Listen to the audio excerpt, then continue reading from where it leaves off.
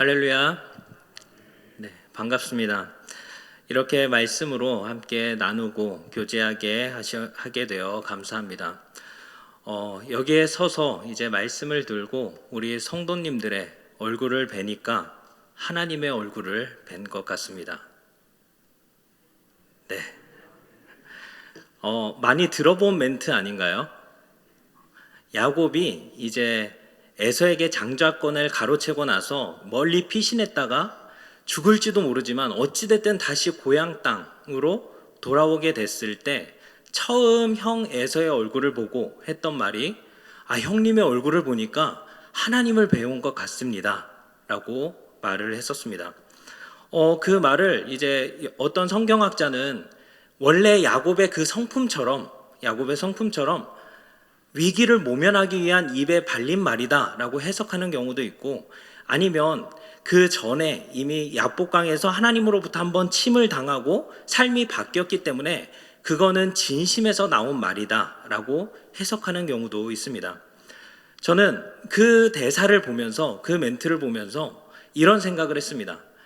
아마도 야곱은 형의 얼굴을 보는 순간 자기가 그토록 고민하고 어렵고 죽을지도 모른다는 그 걱정들이 기도의 제목이었겠죠. 그 기도의 제목이 형의 온화한 얼굴과 자기를 받아줄 것 같은 안색을 보고 하나님께서 역사하셨구나 라는 것을 깨닫고 형님에게 형님의 얼굴을 보니까 하나님의 얼굴을 뵙는 것 같습니다 라고 얘기했을 거라 생각합니다. 우리 이 시간 옆에 있는 지체들에게 그렇게 인사했으면 좋겠습니다. 성도님의 얼굴을 뵈니까 하나님의 얼굴을 뵈는 것 같습니다.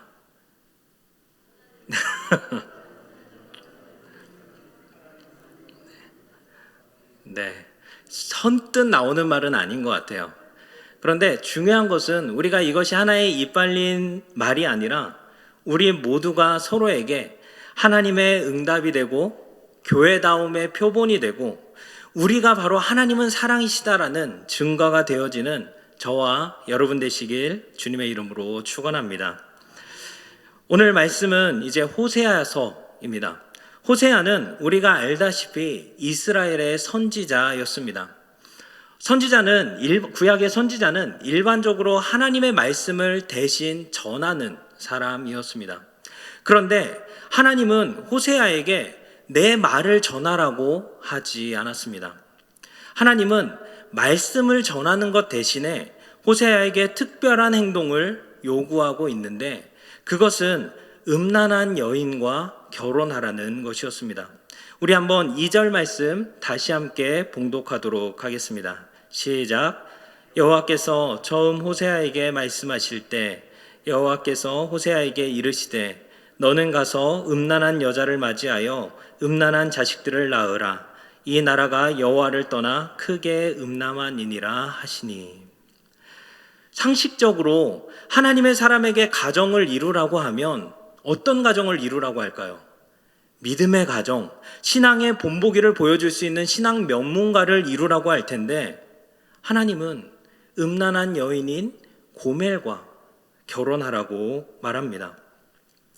모범이 되는 가정이기는커녕 마을 사람들이 비웃고 손가락질하고 혀를 찰 만한 가정을 만들라고 말합니다. 왜일까요? 하나님은 이 결혼을 명하면서 2절 말미에 이렇게 덧붙입니다. 이 나라가 여호와를 떠나 크게 음란함 때문이다 라고 말합니다. 성경은 하나님과 구원받은 이스라엘 백성의 관계를 결혼 관계에 비유합니다. 결혼이라는 것은 뭐죠? 상호 간에 특별한 관계를 맺는 것입니다. 하지만 이것을 반대로 말하면 타인에게는 조금은 배타적인 관계를 의미하기도 합니다. 그래서 결혼식에서 주례 선생님이 신랑에게 뭐라고 묻죠? 검은 머리가 팥뿌리가 되도록. 우리 요즘에는 그렇게 안 묻죠? 예전에는 다. 근데 저보다 훨씬 연배들이 있으신데 잘 모르시는 것 같아서 설명해 드리면 검은 머리가 팥뿌리가 되도록 한 여자만을 사랑하겠냐? 신부만을 사랑하겠냐? 라고 묻습니다. 그 말은 뭐냐면 신부에게만 주는 특별한 사랑이 다른 이에게 보내져서는 안 된다라는 것이죠. 마찬가지입니다. 하나님은 시내 산에서 구원받은 이스라엘 백성들을 부르셨고 거기에서 나는 너희의 하나님이 되고 너희는 내 백성이 되리라 말씀하셨습니다. 이것은 다른 말로 하면 지금부터는 내가 너희의 남편이고 너희가 나의 아내들이다 라고 선언한 것입니다. 하나님은 신랑으로서 아주 특별한 사랑을 예수 믿는 사람들에게 주고 계십니다. 세상 사람들은 결코 누릴 수 없는 안전과 평안과 인도와 보호의 복을 우리에게 허락하고 계십니다. 하지만 그렇게 복을 줌과 동시에 우리에게 특별한 충성과 헌신과 사랑을 요구하고 있습니다. 즉 예수 안 믿는 사람들에게는 굳이 요구하지 않는 것을 예수 믿는 우리에게는 요구하는 것이 있다라는 것입니다. 그것이 바로 하나님과 이스라엘, 우리와 하나님과의 특별한 결혼 관계를 의미하고 있습니다. 그런데 지금 오늘 본문에 등장하는 이 시대의 이스라엘은 이 아주 특별한 사랑을 버리고 하나님을 버리고 바알과 아세라와 같은 우상신들을 섬겼습니다. 그래서 그들과 바람이 나버린 것입니다. 그들의 행음을, 그러한 음란함을 호세아의 결혼을 통해서 고발하고 있는 것입니다. 이것을 신학적인 용어로 선지자의 상징 행동이라고 말합니다. 무슨 말이냐면 때로는 어떤 말을 하는 것보다 어떤 특별한 행동을 통해서 메시지를 전달하는데 이것을 선지자의 상징 행동이라고 말하는 것이죠. 옛말에 백문이 불여일견이다 라는 말이 있습니다. 백문, 뭐죠? 100번 듣는 것이 일견, 한 번 보는 것보다 못하다 라는 뜻입니다. 100번 말하는 것보다 한 번 보여주는 것이 더 효과적이라는 뜻입니다.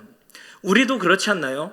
사랑한다고 말하는 것보다, 그런 말보다 때로는 정말 날 위해주는 어떤 한 가지 행동에 우리가 감격하고 정말 날 사랑하는구나 라는 것이 깨달아질 때가 있습니다. 마찬가지로 대다수의 선지자들이 너희가 죄를 짓고 있다, 회개하고 돌이켜라 라고 말해도 못 알아듣고 있는 이 백성들에게 하나님은 이 선지자의 충격적인 결혼을 통해서 그들이 얼마나 음란한지, 그들이 이방신을 섬기고 하나님을 떠나 자기 마음대로 살아가는 것이 얼마나 부끄럽고 손가락질 당할 만한 것인지 보여주고 있는 것입니다. 이것이 선지자의 상징 행동입니다. 그런데 이 하나님의 무리한 요구는 여기에서 끝나지 않습니다. 음란한 여인과 결혼해서 음란한 자식을 낳으라고 명하면서 그 이름을 직접 지어주고 있습니다. 문제는 그 이름이 모두 저주와 관련되어 있다는 것입니다. 우리 4절 말씀 한 목소리로 읽겠습니다. 시작. 여호와께서 호세아에게 이르시되 그의 이름을 이스라엘이라 하라. 조금 후에 내가 이스라엘의 피를 예후의 집에 갚으며 이스라엘 족속의 나라를 폐할 것임이니라. 아멘. 첫째의 이름은 이스라엘입니다. 이 이스라엘이라는 단어의 뜻은 하나님께서 흩으신다, 흩뿌리신다 라는 뜻을 가지고도 있고, 무엇보다도 이스라엘은 하나님께서 그 아합 왕조를 멸했던, 즉 그들을 죽였던 장소였습니다. 이스라엘 골짜기에서 하나님은 예후를 사용하셔서 아합 왕조를 심판하셨습니다. 이처럼 너희도 하나님께서 심판하겠다는 것을 자녀의 이름을 통해서 선언하고 있습니다. 둘째의 이름은 로루하마입니다. 6절 말씀에 보면 호세아에게 이르시되 그의 이름을 로루하마라 하라. 내가 다시는 이스라엘 족속을 긍휼히 여겨서 용서하지 않을 것임이니라 말합니다. 이 로루하마라는 단어는 부정어인 로와 루하마가 결합한 합성어입니다. 뒤에 이 루하마는 깊이 사랑하다, 긍휼히 여기다 라는 뜻인데 앞에 아니다라는 뜻의 로가 붙기 때문에 내가 긍휼히 여기지 않겠다라는 뜻이 됩니다. 우리말에서도 그런 게 있죠. 가능하다라는 뜻이 있으면 가능한 거죠. 단어가 있으면. 그런데 여기에 아니 불자가 붙으면 어떻게 되죠? 불가능하다라고 바뀝니다. 마찬가지로 루아마 앞에 로자가 붙으니까 긍휼히 여기지 않겠다라는 정반대의 뜻이 되는 것입니다. 셋째도 마찬가지입니다. 우리 9절 말씀 한 목소리로 읽겠습니다. 시작. 여호와께서 이르시되 그의 이름을 로암미라 하라. 너희는 내 백성이 아니요 나는 너희 하나님이 되지 아니할 것임이니라. 아멘. 셋째의 이름은 로암미입니다. 암미는 내 백성이라는 뜻입니다. 우리 성도님들이 똑똑하시다는 것을 만회할 기회를 드리겠습니다. 암미, 내 백성이라는 단어에 앞에 부정어 로자가 붙어서 로암미면 무슨 뜻일까요? 내 백성이 아니다. 역시 주일날은 잠깐 실수하신 거였죠. 로암미라는 것은 내 백성이 아니다라는 뜻이 됩니다. 하나님께서는 이처럼 호세아에게 결혼 생활 그리고 자녀들의 이름을 지어주는 이 시간들을 통해서 다 심판할 것이다라는 것을 보여주고 있습니다. 그런데 우리는 상식적으로 이해가 안 되죠. 아니, 너무 가혹한 것 아닙니까? 어떻게 부모가 자식에게 나쁜 이름을 지어줄 수 있을까요? 우리가 자녀의 이름을 지을 때, 우리 성도님들이 자녀의 이름을 지을 때 기억하십니까? 믿지 않으셨다면 장명소에 가서 고민했겠죠. 얼마짜리를 해야지 이 아이가 좀 더 평탄할까? 하나님을 믿고 나서는 어떻게 이 아이가 신앙 안에 있어서 잘 성장할 수 있을까? 어떤 이름이면? 이런 고민을 한 번씩은 다 했을 것입니다. 어떻게 하면 좋은 이름을 지어줄까 고민하는 것이 부모의 심정인데 심판의 뜻을 담은 이름을 짓고 있습니다. 그런데 이것이 바로 호세아의 시대적 사명이었습니다. 죄를 범한 이스라엘 백성에게 하나님의 심판이 있을 것이라는 것을 행동을 통해 증거하는 것이 호세아 선지자의 사명이었습니다. 호세아는 결혼하고 애를 낳고 아마 연년생으로 난다 해도 못해도 4년, 5년의 시간 가운데 이제 하나님의 그 공의로운 분노 그리고 이 백성의 타락에 대해서 아파하심을 순종으로 때로는 납득할 수 없고 이해할 수 없는 그 순종으로 동참했던 것입니다. 감사하게도 이제 반전이 일어납니다. 하나님의 본심은 심판이 아니었습니다. 아니, 공의로우신 하나님은 타락한 이스라엘을 심판해야 했지만 사랑의 하나님은 그들의 멸망을 두고 볼 수만은 없었습니다. 하나님 안에서 이 공의로운 죄를 심판해야만 하는 이 공의로운 성품과 하지만 자기 백성을 향한 그 국률함 그 마음이 서로 충돌하고 있습니다. 우리 한번 뒤로 가서 11장 8절 말씀을 한 목소리로 읽도록 하겠습니다. 11장 8절 말씀입니다.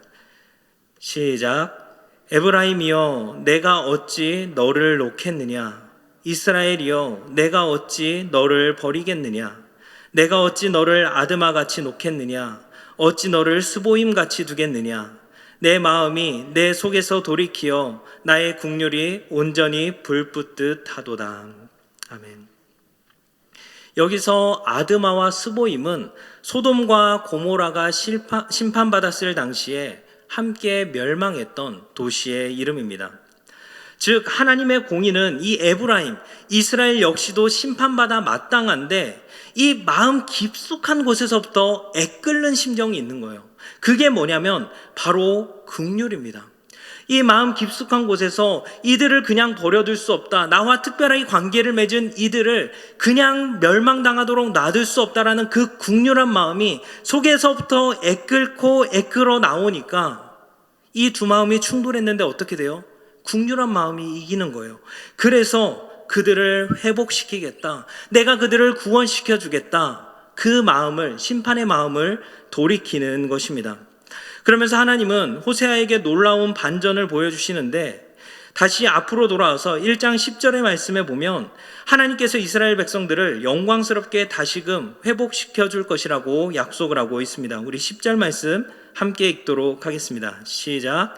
그러나 이스라엘 자손의 수가 바닷가의 모래같이 되어서 헤아릴 수도 없고 셀 수도 없을 것이며, 전에 그들에게 이르기를 너희는 내 백성이 아니라 한 그곳에서 그들에게 이르기를 너희는 살아계신 하나님의 아들들이라 할 것이라. 아멘.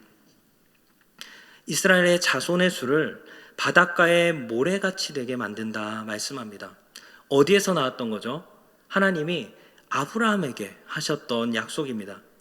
즉 하나님은 아브라함을 불러서 이스라엘이라는 민족을 태어나게 하시고, 그리고 그 민족과 특별한 관계, 결혼관계와처럼 특별한 관계를 맺게 하셔서 너희는 내 신부다.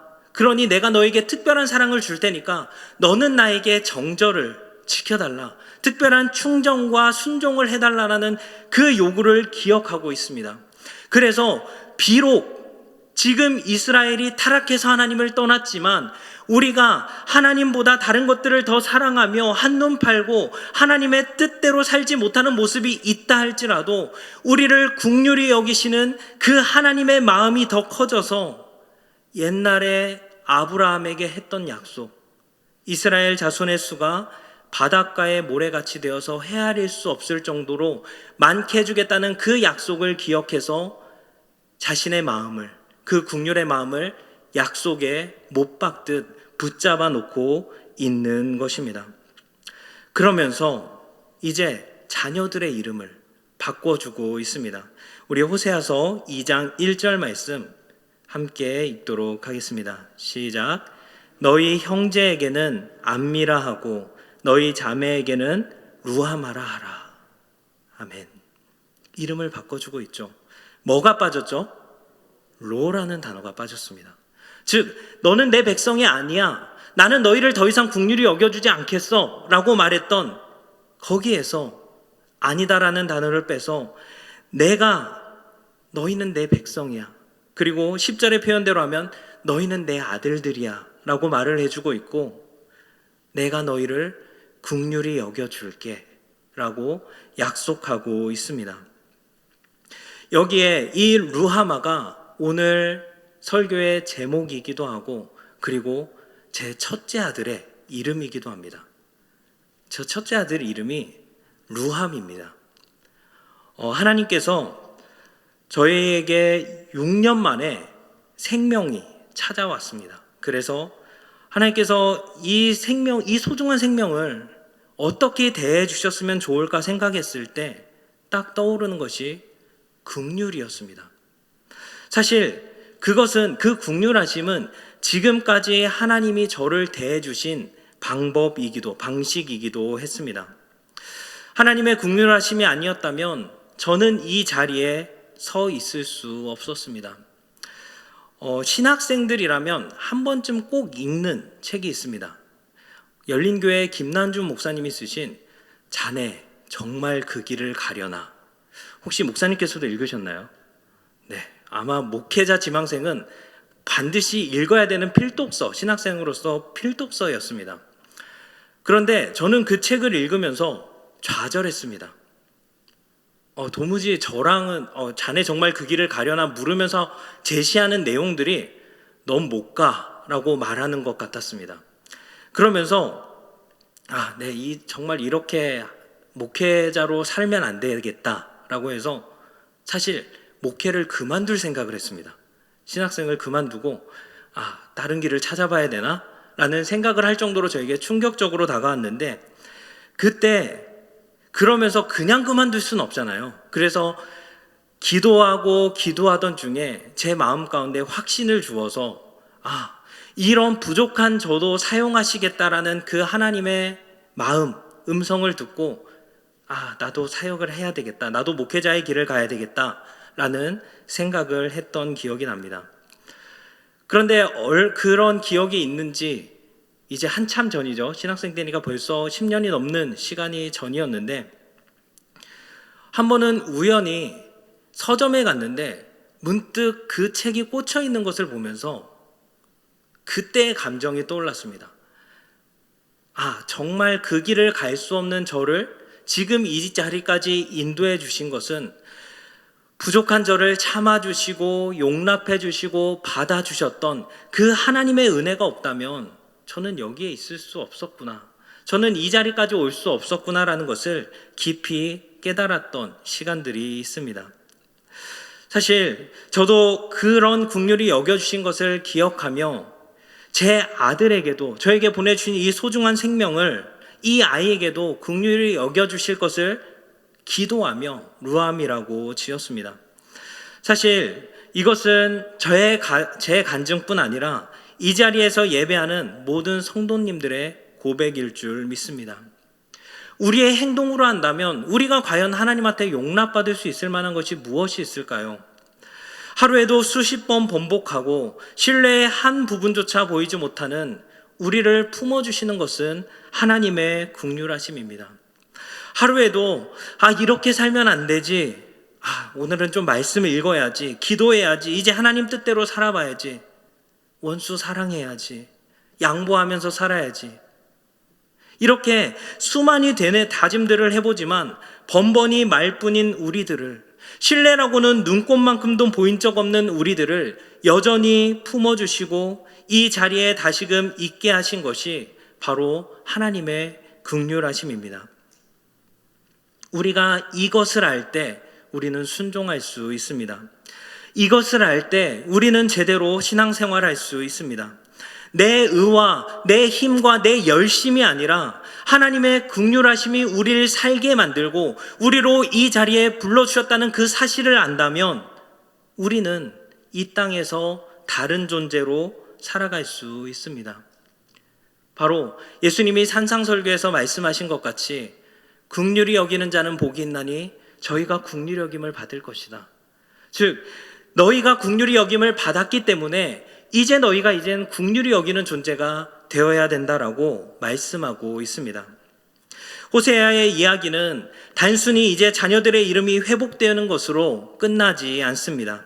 우리 3장 말씀 함께 찾아보도록 하겠습니다. 먼저 3장 1절 말씀입니다. 우리 함께 읽겠습니다. 시작. 여호와께서 내게 이르시되 이스라엘 자손이 다른 신을 섬기고 건포도 과자를 즐길지라도 여호와가 그들을 사랑하나니 너는 또 가서 타인의 사랑을 받아 음녀가 된 그 여자를 사랑하라 하시기로. 아멘. 이제 이 일로부터 얼마간의 시간이 흘렀습니다. 호세아에게 근데 비참한 일은, 비극은 끝나지 않는 것 같습니다. 이 이스라엘이 고멜이 회심하고 하나님께 돌이켰으면 좋았을 텐데, 옛 부정했던 행실을 버리고 새 사람이 되면 좋았을 텐데 재벌은 남 못 주고 다시 바람이 나서 집을 나가 버립니다. 기껏 그 마을에서 음란한 여자라고 소문났던 그 여인을 품어주고 결혼하고 자녀도 낳고 해서 사람 만들어놨다 생각했더니 다시 바람이 나서 가출해 버린 것입니다. 그런데 하나님은 그런 고멜도 다시 사랑해줘라 말씀합니다. 이 말을 들은 호세아는 어떤 생각이 들었을까요? 아니, 하나님, 음란한 여인 고멜과 결혼을 하라고 했고 아이 셋을 낳고 그렇게 아낌없이 헌신적으로 사랑해 주었는데 가출을 해서 다시 옛 행실대로 돌아갔는데 그럼에도 불구하고 내가 왜 또 사랑해 줘야 됩니까? 이렇게 따질 만한 상황 아닐까요? 그런데 하나님께서는 옛날보다 더 비참한 상황에 빠진 그 여인, 늙고 병이 들어 더 이상 살아갈 수도 없는 노예로 팔려나온 그 여인을 사랑해줘라 말합니다. 하나님의 요구는 한 가지였어요. 뭐냐면 사랑해주는 것. 더 이상 가출하지 못하게 다리몽둥이를 분질을 것도 아니고, 아니면 정신을 개조해서 바람피지 못하도록 정신 개조해서 똑바로 사람 만들라는 것도 아니고, 그 죄 많은 여인을 하나의 인격체로서 사랑해 주는 것, 그것을 이야기하고 있습니다. 사실 이 말씀이 제가 사역을 앞두고 저에게 주신 하나님의 말씀이었습니다. 사역을 하다 보면 부끄럽지만 성도들의 신앙 성작, 영적 성숙이라는 명목하에 뭔가 이 사람을 바꿔야 되겠다라는 생각이 간혹 들 때가 있습니다. 그렇게 뭔가 변화에 초점을 맞추다 보면 어느새 하나의 인격체로 대하는 것이 아니라 아니 왜 바뀌지 않지? 남 탓을 하며 그렇게 탓을 하는 경우들이 있습니다. 그런데 하나님께서는 지금 이 여인을 호세아에게 어떻게 대하라고 하냐면 정신을 개조하라는 것도 아니고 버릇을 고치라는 것도 아니고 그저 품어주고 사랑하라고 말합니다.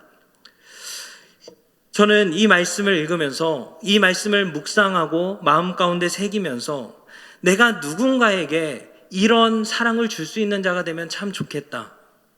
저는 고멜과 같은 저였는데 부족하고 부족했던 저를 끝까지 참아주시고 품어주시고 이 자리까지 오게 하신, 여전히 저를 참아주고 계신 그 하나님의 긍휼하심을 이제는 나도 누군가에게 전하면 좋겠다라는 생각을 했는데 그 방법이 뭐냐면 바로 오늘 본문에 사랑해 주는 것, 참아주는 것, 품어주는 것, 그것이라고 얘기하고 있습니다.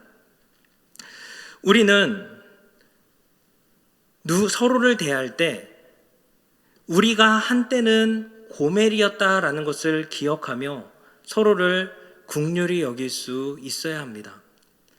아니, 사실 저도 마찬가지고 여러분들도 누군가에게는 고멜과 같은 존재가 되고 있음을 기억해야 합니다.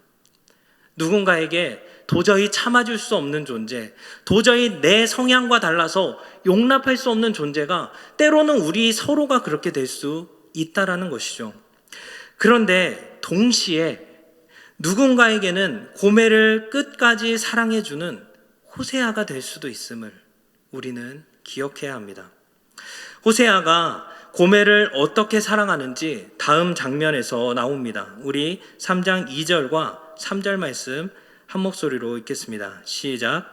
내가 은 15개와 보리 한 호멜 반으로 나를 위하여 그를 사고 그에게 이르기를 너는 많은 날 동안 나와 함께 지내고 음행하지 말며 다른 남자를 따르지 말라. 나도 내게 그리하리라 하였노라. 아멘. 은 15개와 보리 한 호멜 반으로 고멜을 사옵니다. 선지자가 무슨 돈이 있겠습니까? 아마도 자기가 가지고 있는 전 재산을 다 털었거나 어쩌면 이웃에게 돈을 빌려서 고멜을 그 노예 시장에서 노예 포주로부터 찾아왔을 수 있습니다. 그 다음 대목이 더 중요합니다. 뭐라고 말을 하냐면 그 보리 한 호멜 반으로 나를 위하여 그를 샀다라고 표현을 합니다. 아니, 상식적으로 누구를 위하여 산 겁니까? 고멜을 위하여 산 거죠. 고멜을 그 노예의 포주로부터 해방시켜준 것이기 때문에 고멜을 위하여 샀다라고 표현을 해야 되는데 호세아는 도리어 나를 위하여 그를 샀다라고 표현을 합니다. 결국 고멜을 용서하고 사랑하는 것이 자신을 위한 것이라 말합니다. 아마 우리 성도님들이 누군가를 미워해 본 적이 있다면 이 말씀이 공감이 갈 것입니다. 미워한다라는 것은 단순히 내 감정을 미워한다라는 것은 상대방을 죽이는 것이 아니라 사실은 자기 자신을 죽이는 일입니다. 왜냐하면 미워할수록 우리의 마음은 황폐해지고 그 사람의 일거수일투족에 우리가 반응하게 되고 피곤해지기 때문입니다. 그리고 무엇보다 나를 위하여 그를 샀다라는 이 호세아의 고백은 단순히 미워하는 게 아니라 그 사람을 사랑함으로써 하나님의 사랑을 증거할 수 있으니까, 하나님의 그 긍휼하심을 전할 수 있으니까 그것이 자기에게 유익이 되기 때문에 나를 위하여 그를 샀다라고 표현을 합니다. 그 다음 말이 더 멋있습니다. 3절 말씀에 많은 날 동안 나와 함께 지내고 음행하지 말며 다른 남자를 따르지 말라. 이런 여인도 다시 품어주며 오랫동안 다시 사랑하다라고 말합니다. 그러면서 뭐라고 덧붙이냐면 나도 내게 그리하리라 라고 말합니다. 무슨 말이죠? 호세아도 너에게, 호세아 본인도 너에게 그렇게 대해주겠다라는 것입니다. 사실 호세아는 그 말을 붙일 필요가 없었습니다. 그런 적이 없었거든요. 그런데 그 정절의 책임을 나누어지고 있습니다. 넌 그런 애였으니까, 넌 그것밖에 안 되니까 너만 잘하면 우리는 화목할 수 있어.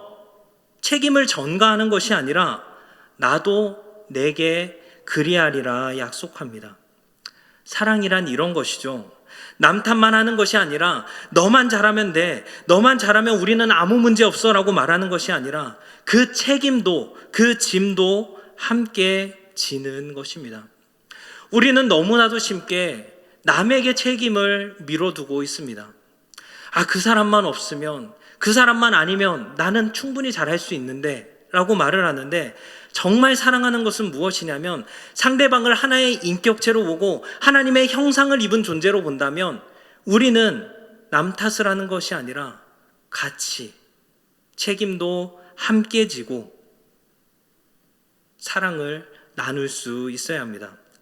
그렇게 호세아는 하나님의 말씀에 순종함으로 구약에서 가장 하나님의 긍휼하심을 잘 드러내는 책을 써 내려가고 있습니다. 말씀을 맺겠습니다. 하나님은 이 호세아의 특별한 행동, 결혼 생활을 통해서 하나님께서 자기 백성을 어떻게 대하려고 하는지를 말해주고 있습니다. 하나님께서는 호세아에게 고멜이라는 음란한 여인을 사랑하고 사랑하라고 하신 이유는 이스라엘 백성이 마치 고멜과 같은 여자라는 것을 알려주기 위해서입니다. 하나님은 고멜 같은 이스라엘을 호세아처럼 끝까지 사랑하셨습니다. 백문이 불여일견이라는 말처럼 호세아라는 한 선지자가 고멜이라는 여인이 자신을 늘 배반하고 가슴 아프게 하고 고통을 안겨주지만 끝까지 사랑하고 결혼관계를 깨지 않는 모습을 통해서 하나님이 자신이 택한 언약 백성들을 어떻게 사랑하는지를 보여주고 있습니다. 이것을 선지자의 상징 행동이라고 부릅니다. 그리고 이제 우리에게도 그 행동을 요구하고 있습니다.